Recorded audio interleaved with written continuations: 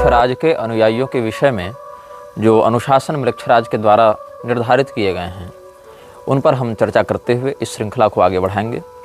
आज और कल हम अनुयायियों के मर्यादाओं पर और म्लेच्छराज के बनाए हुए नियमों पर चर्चा करेंगे।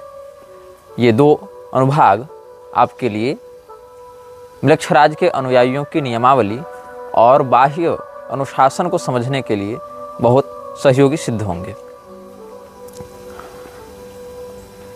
हमारे पास कुछ लोगों ने यह प्रश्न किया था कि म्लेच्छराज और कलिपुरुष में क्या अंतर है, म्लेच्छराज और दैत्यराज में क्या अंतर है, या म्लेच्छराज और असुर राज में क्या अंतर है। आसुरी संपदा और दैवी संपदा दो प्रकार की संपदाएं शास्त्रों में वर्णित हैं। इनके विषय में अधिक जानने के लिए आप श्रीमद् भगवद गीता के 16वें अध्याय का परंपरा प्राप्त अध्ययन कर सकते हैं। आसुरी संपदा को सामान्यतया आप ऐसे समझें: दंभो दर्पोभिमानश्च क्रोधः पारुष्यमेव च अज्ञानं चाभिजातस्य पार्थ संपदमासुरीम्। दैवी संपद विमोक्षाय निबंधाय सुरीमता। जहाँ दंभ हो, दर्प हो, अभिमान हो, क्रूरता हो, कपट हो, विश्वासघात हो, निर्दयता हो, अज्ञान हो, लोभ हो, मतलब जो नकारात्मक तत्व हैं वो जहाँ पर स्थित हों उस ऊर्जा को आसुरी संपदा कहते हैं। और आसुरी संपदा व्यक्ति को फंसाने का, बांधने का, भटकाने का कार्य करती है। और इस आसुरी संपदा का जो सर्वश्रेष्ठ धारक होता है उसको कहते हैं असुर राज। वर्तमान में असुर राज के पद पर महाराज बलि की प्रतिष्ठा है, तो आसुरी संपदा का पूरा अधिकार उनके पास है। यद्यपि महाराज बलि व्यक्तिगत रूप से भगवान के भक्त हैं, किंतु आसुरी संपदा का विभाग चूंकि उनका है और कोई भी सृष्टिक्रम बिना आसुरी संपदा और दैवी संपदा को सम्मिलित किए आगे नहीं बढ़ सकती है। कोई भी सृष्टि प्रक्रिया, कोई भी सृष्टिक्रम नहीं बढ़ सकता है आगे, जब तक उसमें तमोगुण नहीं होगा, जब तक उसमें आसुरी संपदा नहीं होगी, जब तक उसमें कलियुग नहीं होगा। जैसे आपका जब शरीर बनेगा उसमें मलमूत्र इत्यादि के तत्व से जुड़े हुए अभिक्रिया और अंग भी बनाए जाएंगे, तभी वो शरीर संपूर्ण होगा, नहीं तो वह शरीर नहीं बनेगा। उसी प्रकार इस सृष्टि को बनाने के लिए सत्वगुण के साथ साथ रजोगुण और तमोगुण की भी आवश्यकता है। कालक्रमानुसार व्यवस्थित करने के लिए जाड़ा, गर्मी, बरसात, दिन, रात सबकी आवश्यकता है। सत्ययुग, त्रेतायुग, द्वापर युग, कलयुग सबकी आवश्यकता है। तो म्लेच्छराज कौन है? कलयुग का एक प्रतिनिधि जो कलयुग के विस्तार के लिए कलयुग के द्वारा दी गई शक्तियों का अनाम म्लेच्छादि अलग अलग पैशाचिक तत्वों के आश्रय से विस्तार करता है। और कलयुग कौन है? असुर राज के माध्यम से उसके अभियान को, आसुरी संपदा को आगे बढ़ाने के लिए निर्धारित किए गए एक विशेष कालखंड का नाम कलयुग है। तो कलयुग और असुर राज दोनों समझौता करते हैं। इसमें कलयुग शक्तियां देता है और असुर राज उद्देश्य देता है म्लेच्छराज को। मतलब म्लेच्छराज के ऊपर है कलिपुरुष कलयुग, और कलयुग के ऊपर है असुर राज। तो कलयुग के ऊपर है असुर राज से तात्पर्य यह है कि कलयुग तो एक समय का खंड है, कालखंड है, जिसका एक अधिष्ठाता तत्व है। वह कलयुग दिखता कैसे है, उसका स्वरूप कैसा है? तो पिशाच वदनः क्रूरः कलिश्च कलह प्रियः वाम हस्ते धृतः शिष्णः दक्षे जिह्वां च नृत्यति। अपने दाहिने हाथ में जिह्वा को पकड़ के और अपने बाएं हाथ में लिंग को पकड़कर जो नग्न होकर अट्टहास कर रहा है, पिशाच के समान जो क्रूर दिखता है और कलह में जिसको बहुत रुचि है, ऐसे तत्व को कलिपुरुष कहा जाता है। और यह कलिपुरुष म्लेच्छराज का आराध्य भी होता है। म्लेच्छराज को शक्तियां यही प्रदान करता है। जब म्लेच्छराज की शक्तियां क्षीण होती हैं तो कलिपुरुष ही उसको शक्ति देता है, और जब कलिपुरुष भी क्षीण होने लगता है तब असुर राज के माध्यम से कलिपुरुष को अभिवृद्धि प्रदान की जाती है, कलिपुरुष को पुष्ट किया जाता है। तो हम यह बता रहे थे कि वर्तमान में जो असुरराज, दैत्यराज, बलि हैं, उन्हीं के निर्देश पर कलयुग कार्य करता है और कलिपुरुष के निर्देश पर म्लेच्छराज कार्य करता है। फिर कुछ लोगों ने पूछा कि म्लेच्छराज और रावण में अगर युद्ध हो तो कौन जीतेगा? अरे भैया, रावण के सामने क्या है म्लेच्छराज? रावण अपनी पलक झपकते ही 1000 म्लेच्छराज को ऐसे ही निपटा सकता है।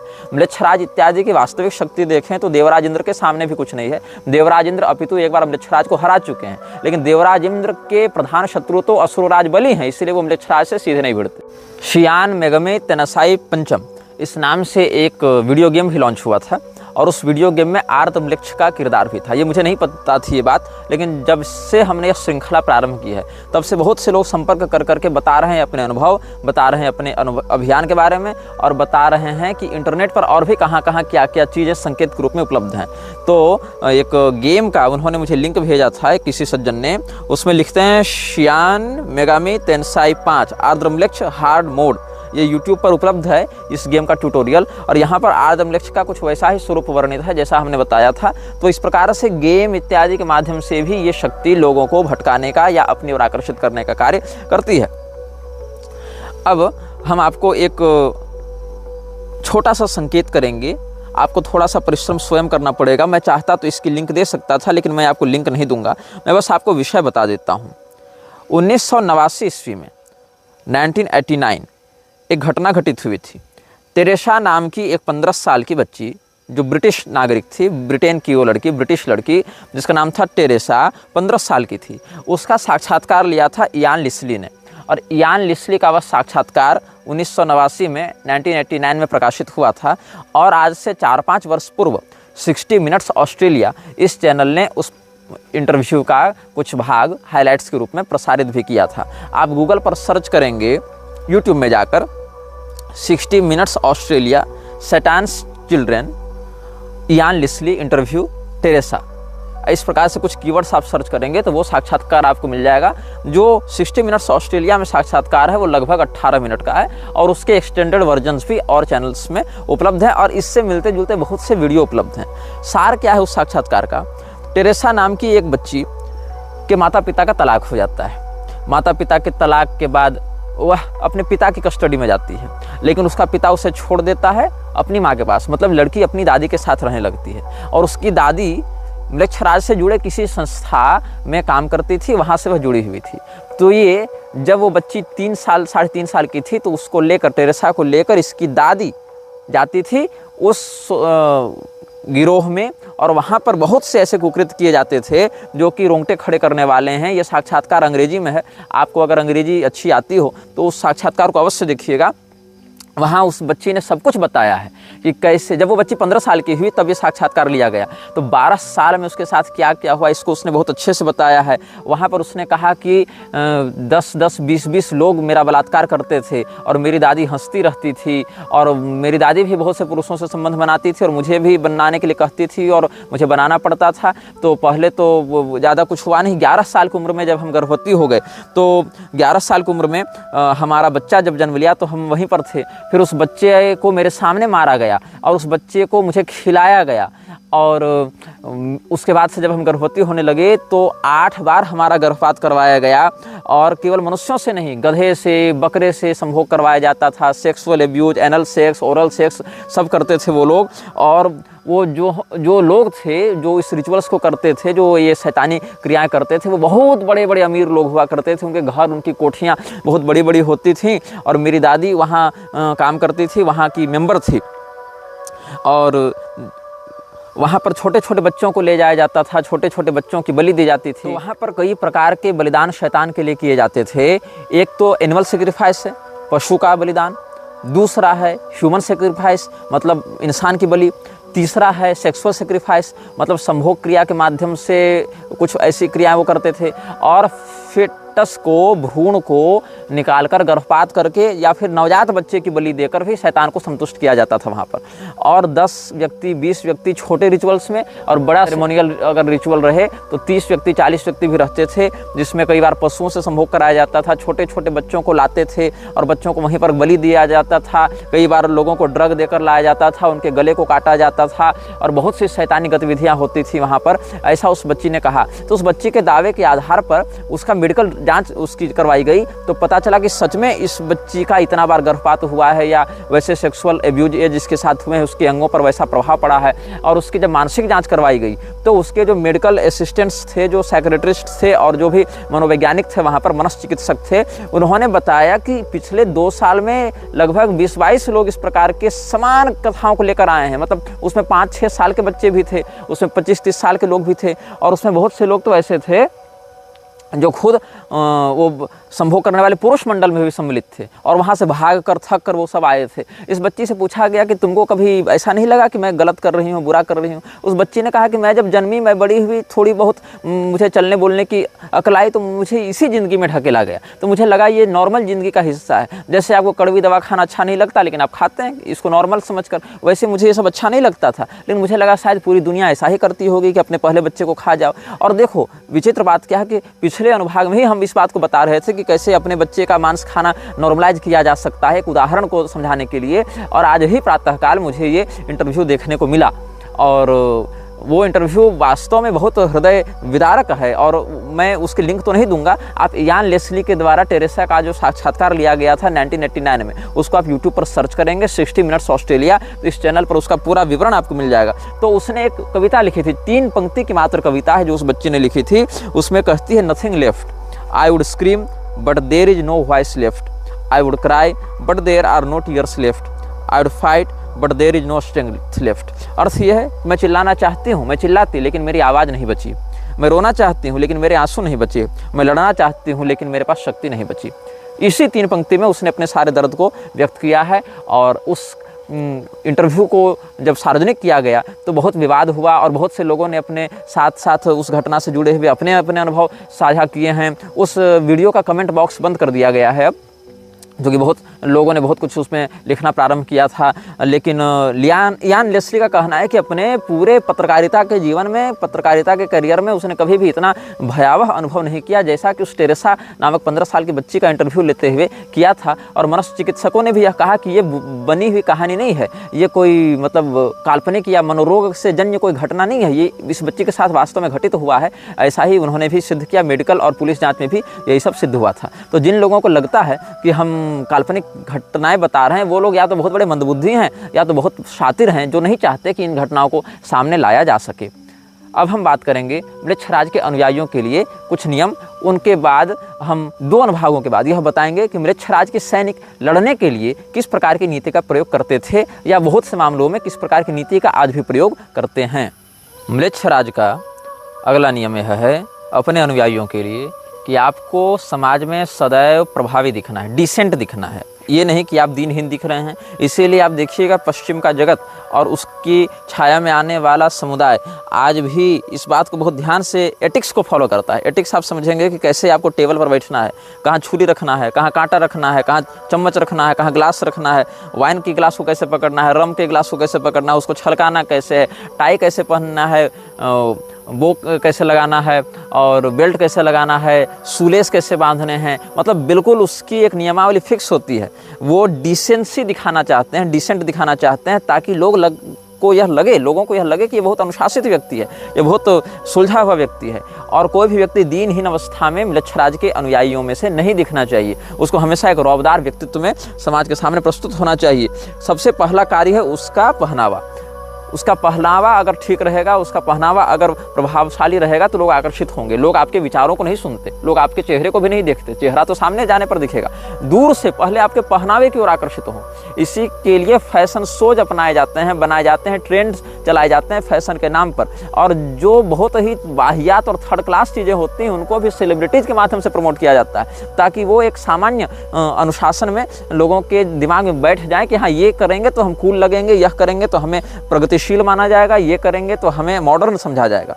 तो पहले डिसेंट बनो और डिसेंट बनने के बाद लोगों के मन में अपने व्यक्तित्व की छाप छोड़ो। यह म्लेच्छराज का अगला नियम है। म्लेच्छराज अपने वरिष्ठ अनुयायियों के लिए एक और नियम बनाता है कि रेगिस्तान के निकट रहें, रेगिस्तान की यात्रा करते रहें।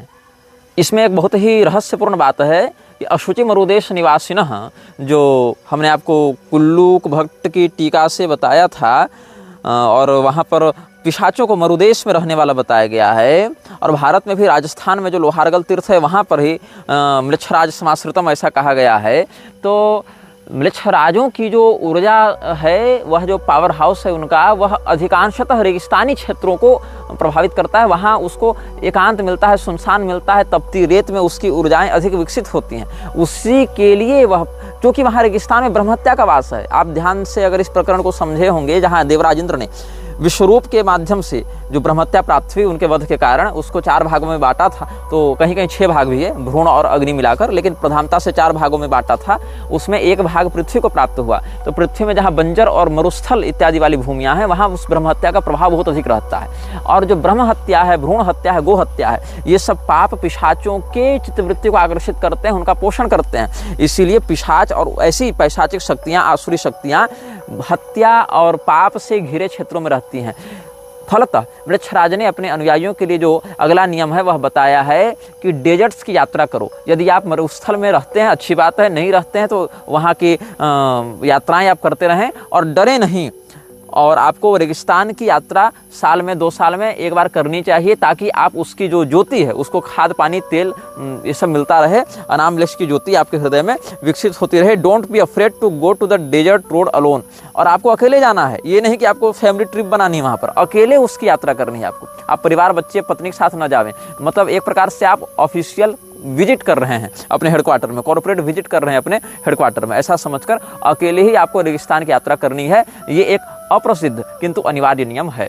म्लेच्छराज के अनुयायियों के लिए घर से बाहर निकलने के समय समय देखने के यंत्र को पहनना अनिवार्य है। या तो आप घड़ी पहने, या तो आप मोबाइल रखें, या तो ऐसे समय प्रदर्शक यंत्र। ये नियम पहले नहीं था। ये नियम जब से समय इत्यादि का विशेष महत्व हो गया यांत्रिक दृष्टिकोण से, तब से ये नियम अनिवार्यतः लागू किया गया है। क्योंकि बहुत से ऐसे अभियान थे जो समय के सटीक रूप से ज्ञात न होने के कारण पीछे हट जाते थे। म्लेच्छराज के बहुत से ऐसे अभियान थे जो उसके अनुयायी पूरा तो करना चाहते थे, लेकिन समय का व्यवस्थापन ठीक से नहीं हो पाया। 5 मिनट के लिए मिस कर गए, 50 मिनट के लिए मिस कर गए, तो टाइम जोन का भी अंतर पड़ता है। तो ऐसी स्थिति में म्लेच्छराज ने कहा कि भाई घड़ी पहनना प्रारंभ करो और एक ऐसे यंत्र को धारण करो जिससे तुमको समय को समझने में सुविधा हो। समय का ध्यान रखोगे तो वह ज्योति तुम्हारा साथ देगी, क्योंकि hours of light are limited. यही उसका कहना है कि प्रकाश के घंटे सीमित होते हैं। इसीलिए जब वह ज्योति अपने विकास में हो तो तुम्हें बताए गए कार्य को पूरा कर लेना है। यह अगला नियम है। समय के यंत्र के बिना आप कहीं की यात्रा नहीं कर सकते हैं। म्लेच्छराज का अगला नियम यह कहता है, आपकी जिंदगी के कुछ मायने होने चाहिए, उस पर आपकी निष्ठा दिखनी चाहिए। ये नहीं कि आप डिप्रेशन में दिखने वाले हों, ये नहीं कि आप अपने लक्ष्य से भटक गए हों। आपको यदि इन्वेस्टमेंट चाहिए म्लेच्छराज की ओर से, ऐसे सीधे सीधे प्राप्त नहीं होती है वह इन्वेस्टमेंट, उसके किसी छोटे मोटे गुलाम के माध्यम से प्राप्त हो जाती है। लेकिन मुख्य तो केंद्र उसी का है, मुख्य तो ऊर्जा उसी की है। इसीलिए यदि आपके जीवन के मायने स्पष्ट नहीं हो पाए, अगर उसको ऐसा लगेगा कि आपको जिस काम के लिए चुना गया था आप उस काम में असफल हो रहे हैं, तो फिर आपके जीवन को आगे वह बढ़ाएगा ही नहीं। मतलब ये नहीं कि चलो ठीक है तुमको रिटायर कर दिया, तुम जाओ अपना जियो खाओ, हमको मतलब नहीं, ऐसा बिल्कुल नहीं होगा। यदि उसको लगेगा कि एक बार आपने उससे हाथ मिला लिया, उसकी शरण में आ गए और फिर भी आपके जीवन के मकसद को स्पष्टता से आप स्थापित नहीं कर पा रहे हैं, आप जीवन में अपनी पहचान नहीं बना पा रहे हैं, तो जिसकी पहचान नहीं उसकी पहचान मिटाना कोई कठिन कार्य नहीं। इसीलिए उस व्यक्ति को पूरे के पूरे सिस्टम से, पूरे के पूरे सिंडिकेट से ही हटा दिया जाता है। इसीलिए वहां बने रहने के लिए आवश्यक है कि आप ताउम्र अपनी पहचान को बनाए और बचाए रखने के लिए काम करें, बल्कि साथ साथ उसको बढ़ाते रहने के लिए भी कटिबद्ध बने रहें। म्लेच्छराज का एक और नियम है, चाहे परिस्थिति कैसी भी हो, आपके सर पर अगर बंदूक भी तान दी जाए तो भी आपको घबराना नहीं है। आप किसी भी स्थिति में उत्तेजना का प्रदर्शन नहीं कर सकते। आपके चेहरे पर चिंता या शकन के भाव नहीं दिखने चाहिए। आपके व्यक्तित्व में सदैव एक निर्भयता और सिंह के समान अकड़ होनी चाहिए। ये नहीं कि कोई अगर बंदूक दिखाकर कहे कि चलो सारा रहस्य उगलो तो आप सारा रहस्य उगल दें, बिल्कुल नहीं। आपको यदि स्मरण होगा, एक हॉलीवुड फिल्म आई थी Kingsman the secret service. Kingsman में जहाँ पर वो लेंसलॉट और गैलहैड इत्यादि की नियुक्ति करते हैं, वहां पर इतनी कठोर परीक्षा और ट्रेनिंग की स्थिति होती है कि वहां पर तरह तरह के भावनात्मक और शारीरिक अत्याचारों के माध्यम से व्यक्ति की दृढ़ता को परखा जाता था कि भाई वो कितने हद तक वो सहन कर सकता है परिस्थितियों को, वो झेलने की ताकत उसमें कितनी है। तो ये तो एक फिल्मी स्क्रिप्ट हो गई जहां पर बहुत हल्के में दिखाया गया, लेकिन म्लेच्छराज अपने सेवकों की दृढ़ता को, उनकी वफादारी को इस हद तक टेस्ट करता है, परखता है, जिसकी आप कल्पना नहीं कर सकते। यहाँ तक कि आपके सामने आपके माता पिता उसकी हत्या करने के बाद भी वो पूछ सकता है कि तुम्हारा क्या उद्देश्य रहस्य है। और अगर आपकी वफादारी वहां भी चूक गई तो इसके मतलब यह है कि आप उसके योग्य नहीं, आप उसके लायक नहीं हैं। आपको याद होगा जब हमने टेरेसा का उदाहरण दिया था तो इयान लेस्ली ने उसके साक्षात्कार में यह पाया कि टेरेसा की सगी दादी उसको उन पुरुषों के पास ले जाकर उसका बलात्कार करवाती थी और उसमें उसको मजा आता था ताकि वो अपनी वफादारी शैतान के प्रति सिद्ध कर सके। तो शैतान को खुश करने के लिए वो ऐसा करती थी और ऐसा कहा जाता था कि छोटे नवजात बच्चों की बलि देने से शैतान खुश होता है। तो यह सगी दादी की वह जो घटना है वो इंटरव्यू में इस बात को उसने कबूल किया, उसने स्वीकार किया। तो इससे क्या सिद्ध होता है कि आप अपने बाल बच्चे, अपने सगे जन्मे बच्चे को जो खा जाए, ऐसे व्यक्ति शैतान को खुश कर रहे हैं। तो ऐसी स्थिति में समझा जाना चाहिए कि उनकी वफादारी को परखने के लिए, उनके सहन शक्ति को परखने के लिए मानसिक और शारीरिक रूप से कितनी कठोर परीक्षाएं ली जाती रही होंगी। तो ये म्लेच्छराज का अगला नियम है कि आपके लिए म्लेच्छराज की वफादारी सबसे ऊपर होनी चाहिए, न कि कोई रिश्ता और न कोई महत्वाकांक्षा। म्लेच्छराज का अगला नियम यह कहता है, दो ही संबंध हैं संसार में, एक क्रिएटर ऑफ लाइट, एक चिल्ड्रन ऑफ लाइट। अब ये शब्दावली जो है उसको क्रिश्चियंस भी मानते हैं। क्रिश्चियंस के लिए जो गॉड है वो क्रिएटर ऑफ लाइट है और जो मनुष्य हैं या जो अन्य जो प्रजाएं हैं वो चिल्ड्रन ऑफ लाइट है। लेकिन यहाँ पर ये अर्थ बदल जाता है। यहाँ पर शैतान ही उस शैतानी ज्वाला का, उस सोल ऑफ फ्लेम का जो है वो धारक है, रचयिता है। ज्वाला की आत्मा अनाम वृक्ष है और आत्मा की ज्वाला आपके अंदर प्रतिष्ठित होगी। दोनों में अन्योन्याश्रय संबंध ही आप समझ लेंगे।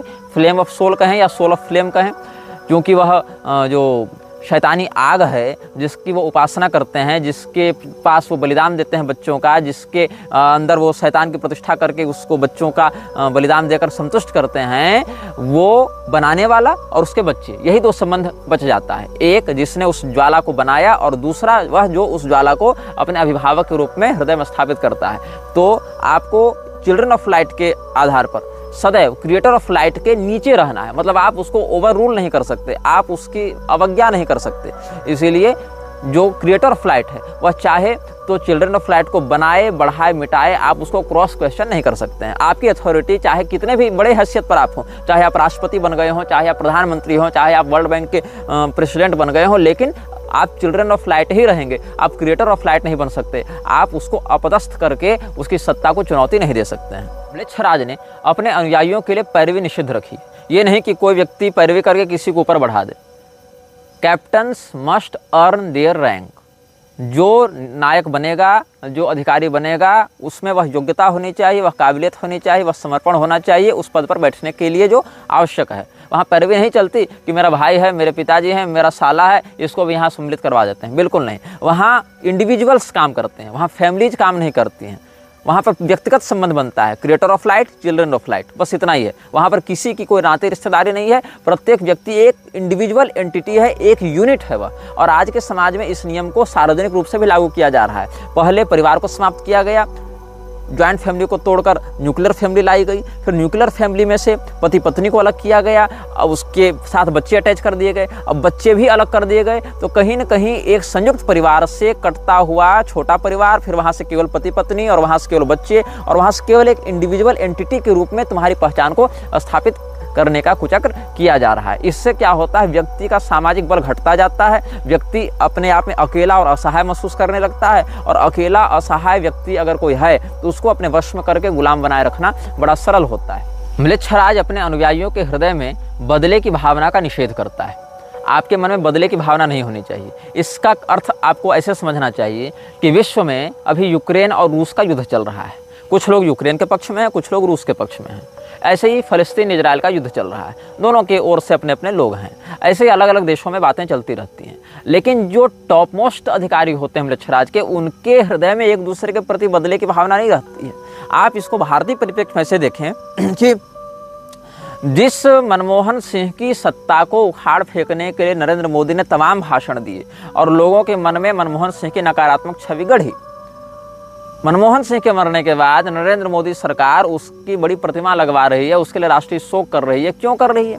तो भैया इसमें तो प्रोटोकॉल है। इस प्रोटोकॉल को बनाया किसने? इस प्रोटोकॉल को मानने की अनिवार्यता क्या है?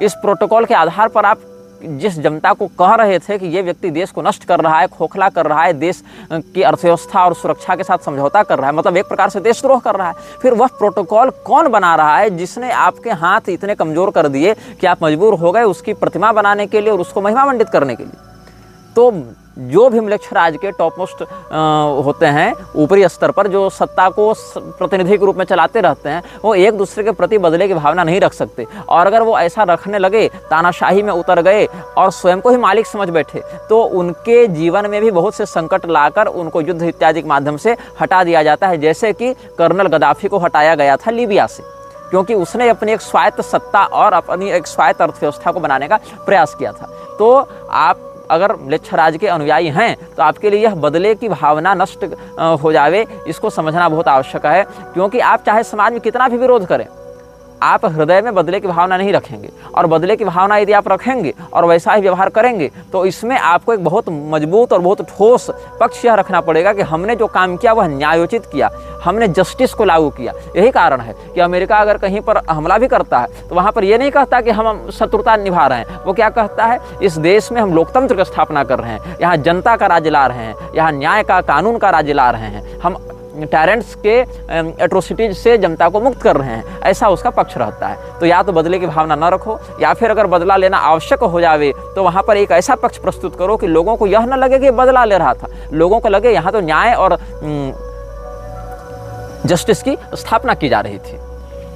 व्यक्ति के पास सदैव दो अवसर होते हैं, एक युद्ध का और एक शांति का। और म्लेच्छराज ने युद्ध को सदैव दूसरे विकल्प में रखा है, क्योंकि युद्ध के लिए बहुत तैयारी चाहिए, योजना चाहिए, ऊर्जा चाहिए, शांति के लिए नहीं चाहिए। और शांति जो है वह किसी भी व्यक्ति को सुस्त करने का सबसे अच्छा माध्यम है।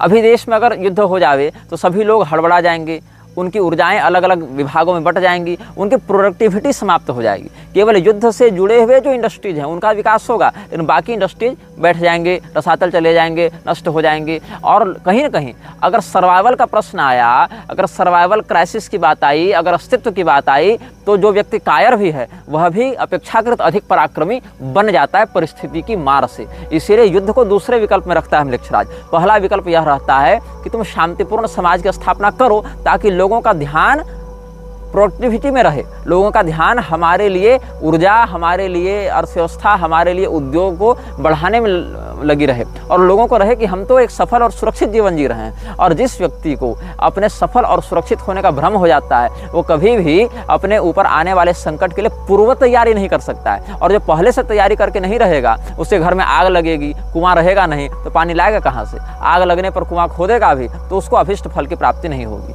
और युद्ध केवल तभी किया जाता है जब युद्ध करना शांति की अपेक्षा अधिक लाभदायी हो, अधिक फायदेमंद हो। इसीलिए म्लेच्छराज का अगला नियम यह है कि हर व्यक्ति के पास दो विकल्प होते हैं, एक शांति का और एक युद्ध का, जिसमें युद्ध का विकल्प सदैव दूसरा होना चाहिए। म्लेच्छराज का 40वां नियम है, इस विश्व का मालिक कोई नहीं। जिन लोगों को आप सत्ता में बैठे हुए देख रहे हैं वो मालिक नहीं है। कहने का भाव यह है, आपको क्या लगता है देश का मालिक कौन है? तो ये नेता है, ये पार्टी है, ये सरकार है, ये सब मालिक हैं। लेकिन ऐसा नहीं है। इसीलिए नेता, पार्टी, सरकार के द्वारा दिए गए किसी भी गारंटी पर भरोसा मत करो। मैं धारक को 10 रुपये अदा करने का वचन देता हूँ, ये जिस संस्था ने लिख कर दिया है वो संस्था भी मालिक नहीं है।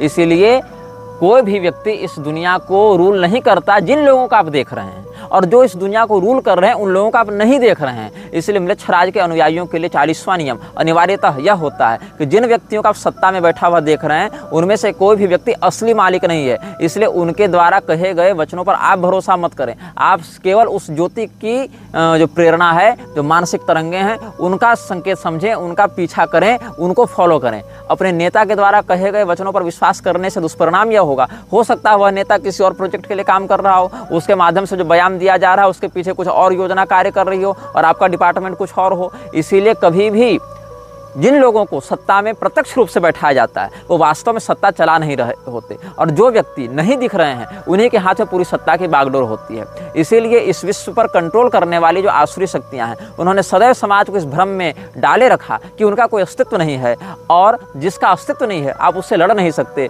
आप अगर उसके बारे में चर्चा करेंगे तो उसको प्रमाणित नहीं कर सकते, और जिससे लड़ना संभव नहीं, जिसको सभी लोगों के सामने प्रत्यक्षतः प्रमाणित करना संभव नहीं, उस व्यक्ति के माध्यम से उत्पन्न होने वाले, प्रायोजित होने वाले खतरे बहुत ज़्यादा गंभीर हो जाते हैं और बहुत अधिक विध्वंसकारी परिणाम को सामने लेकर आते हैं। यह वीडियो जल्द ही हटा दिया जा सकता है। कृपया थर्ड पार्टी ऐप्स का उपयोग करके डाउनलोड करें। आप इस वीडियो को अपने चैनल पर फिर से अपलोड भी कर सकते हैं।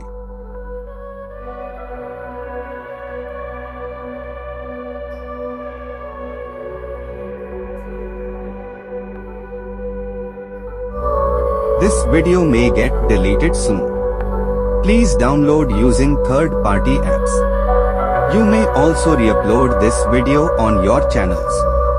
Thank you.